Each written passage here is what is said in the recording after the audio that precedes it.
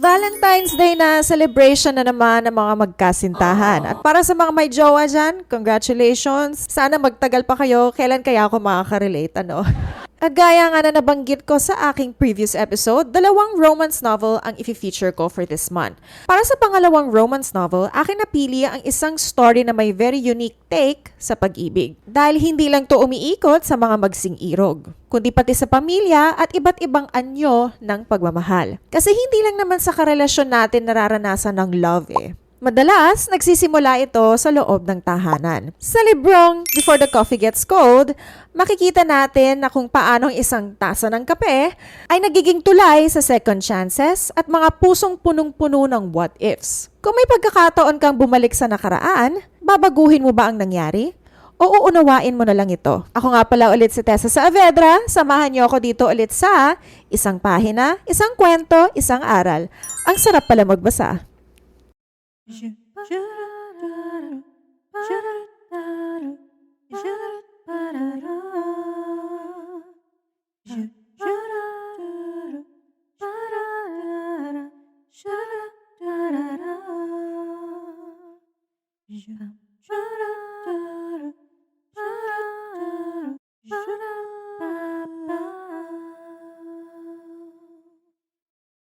Hello po ulit at Happy Valentine's Day.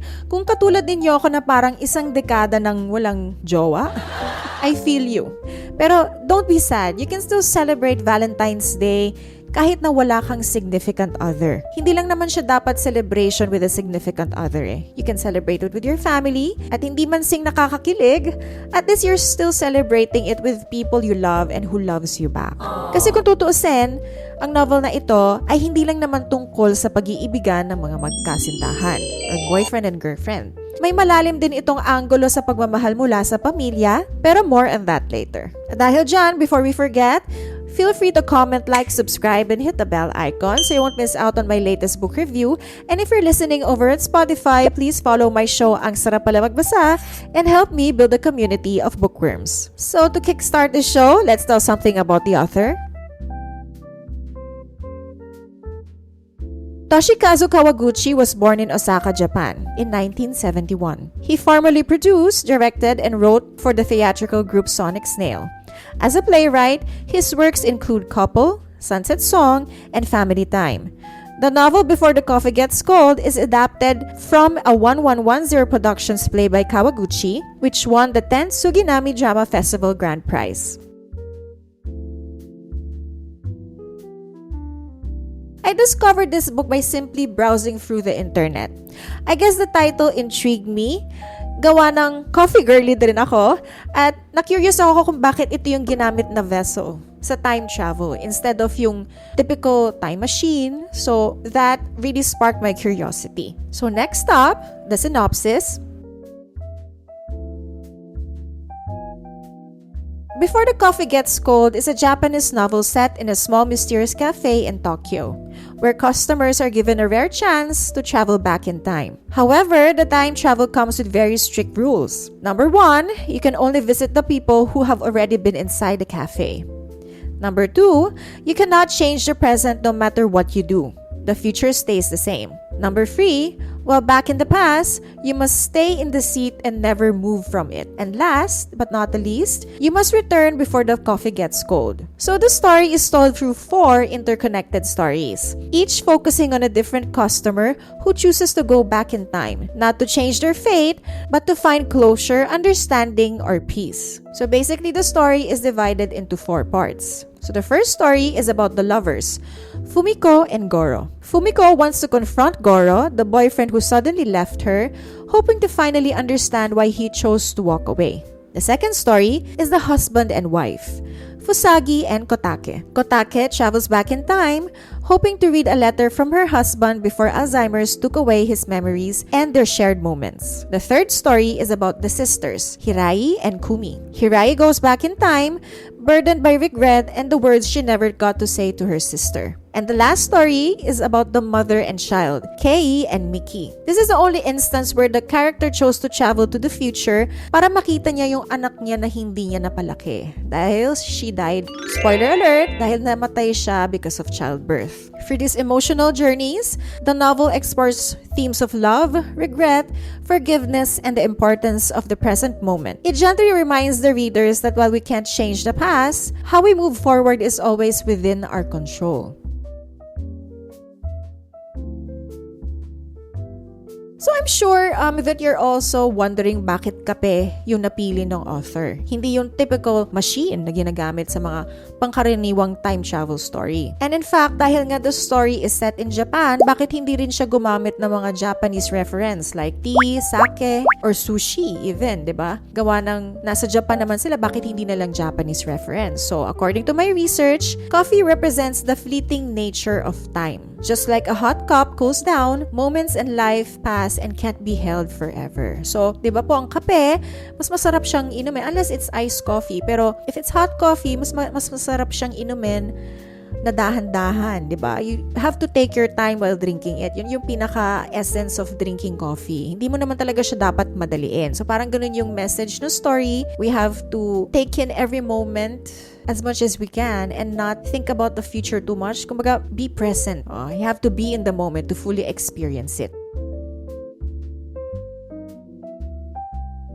So next up, my favorite character is Kei. So yung fourth na story. I truly admired how she sacrificed her life for her child, for this truly shows us a mother's love is beyond comparison. So yun nga sinasabi ko, kaya ko finiture tong story na to is because hindi lang siya nakafocus dun sa typical love story between lovers. So marami kasi talagang aspects yung pag-iibigan, hindi lang naman natin siya na-experience sa ating significant other, madalas na-experience natin siya sa ating tahanan. And for this fourth story, gawa ng mas pinili nga ni Kei na i-continue yung pregnancy niya kahit na maselan, kahit na alam niyang mamamatay siya, kasi that's because of her love for her daughter, which she named Miki. So she chose to travel to the future para at least makita man lang niya yung anak niya kung okay ba siya. Talagang natouch ako dun sa story ni Kei. Up next is my favorite quote.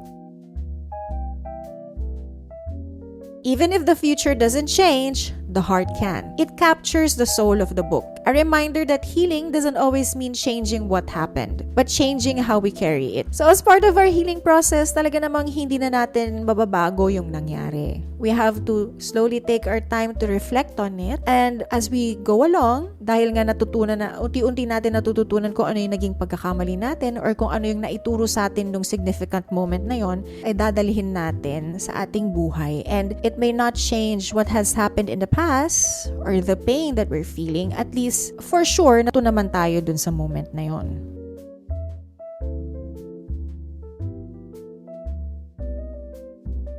So for that, my word of the day is time travel.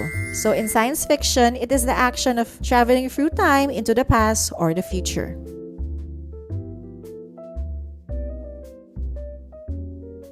So what I liked about the book, this is my first time to encounter a time travel story that doesn't involve a machine. Also, I like the concept of being able to travel back to a significant time in your life to see if you can do something to change your future. Some of us actually do wish that na sana balikan natin yung significant moment na yon, kasi may mga pagkakataon kasi na hindi natin talaga lubos-lubusang naintindihan kung bakit kailangan mangyari sa atin yon. So, I mean, it would be nice siguro to travel back to that significant time in your life para mas maintindihan mo yung nangyaring yon. And the second, the book made readers think about how we treat people and the importance of closure. Kasi some of us, lalo na kapag nagkaroon tayo ng issue sa isang tao, lalo na kung significant other mo yon, minsan hindi tayo nagkakaroon ng closure.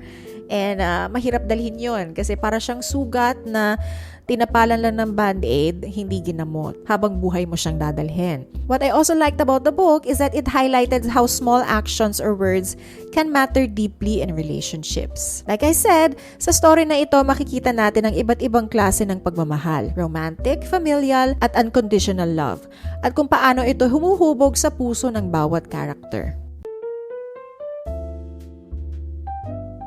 So, ang hindi ko naman nagustuhan sa libro is that meron siyang repetitive structure. Gawa ng it's all about time travel. Paulit-ulit na pagdadaanan ng bawat karakter yung proseso na dapat pupunta sila sa cafe, iinom sila ng kape, tatravel sila dun sa significant time ng buhay nila na gusto nilang balikan, and kailangan makabalik sila bago lumamig yung kape. So, in a way, very predictable. Other than that, yung limited time travel rules. So, a few readers wish the time travel could allow more freedom instead of being strictly bound by the cafe's rule.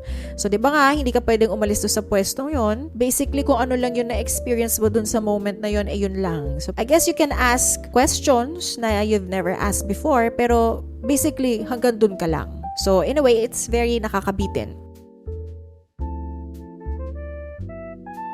For that, I would rate the book 4 stars. For I like its very unique take on time travel.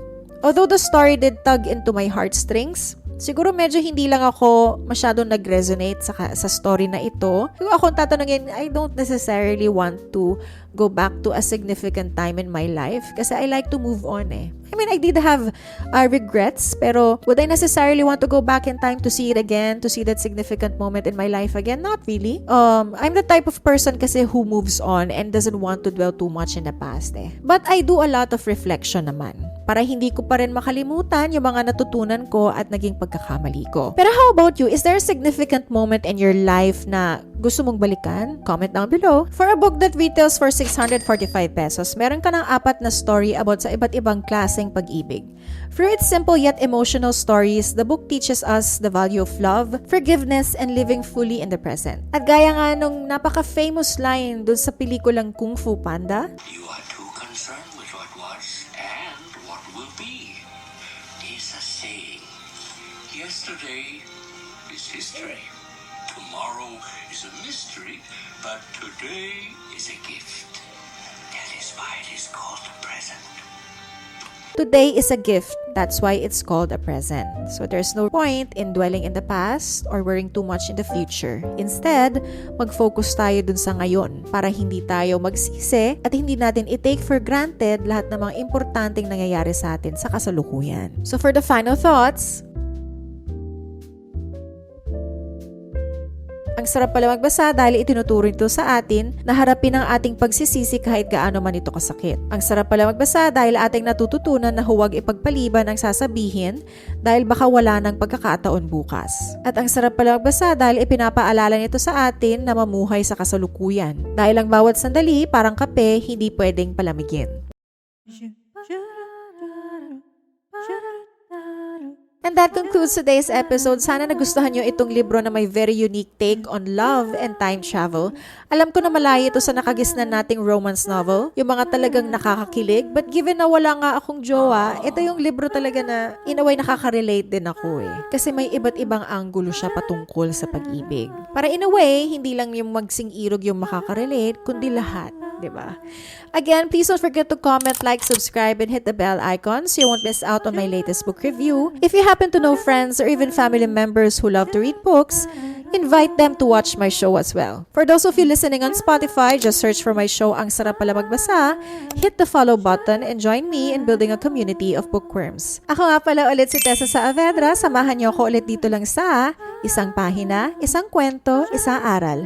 Ang sarap pala magbasa.